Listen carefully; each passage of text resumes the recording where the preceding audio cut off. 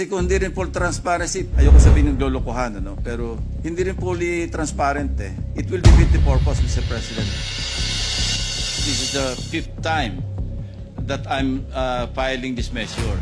I filed it in the 14th, 15th, 17th, and 18th Congress. Unfortunately, hindi po lumalabas sa committee.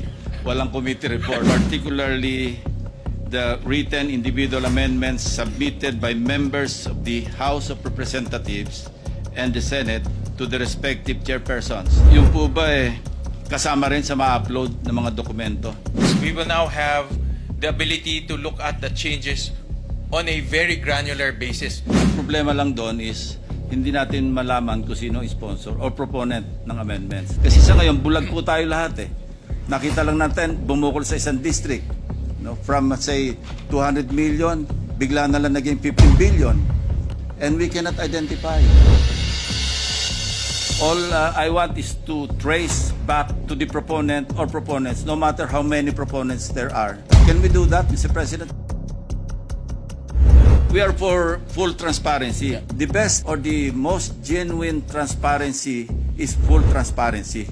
Kasi kung hindi rin full transparency, parang ayoko sabihin ng lolokohan, ano? Pero hindi rin fully transparent eh. It will defeat the purpose, Mr. President. Because what we should know or identify, yung proponent, kasi naandun po yung taguan eh. Pagka hindi ma-identify, back to the proponent or proponents of the amendment or amendments. Ano, kanya-kanya tayo singitan na naman dyan, Mr. President. That's why when we were discussing that internally and I was consulting with the technical staff, because of that complication, my alternative is to make sure that the third reading, the committee report, Mr. President, But we changes won't will be there. able to identify the proponent of the amendment. Ang problema, hindi nga transparent.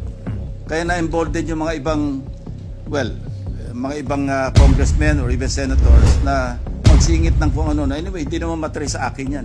That's my concern, Mr. President. Yeah, I get If we want to be transparent, let's be fully transparent. The complication that we see based on my consultation is how do we attribute the amendment, Let's track them, Mr. President. pagkuha ng Kung pondo. ilan yung nag-amend sa amendment at in-amend yung amendment, at least we can backtrack. I get the point of Mr. President. It's just the It's not really difficult, Mr. President. If we want to do it, it's not really difficult. Hindi mahirap i-upload yun, Mr. President. How do you Tulong pa ako, Mr. President.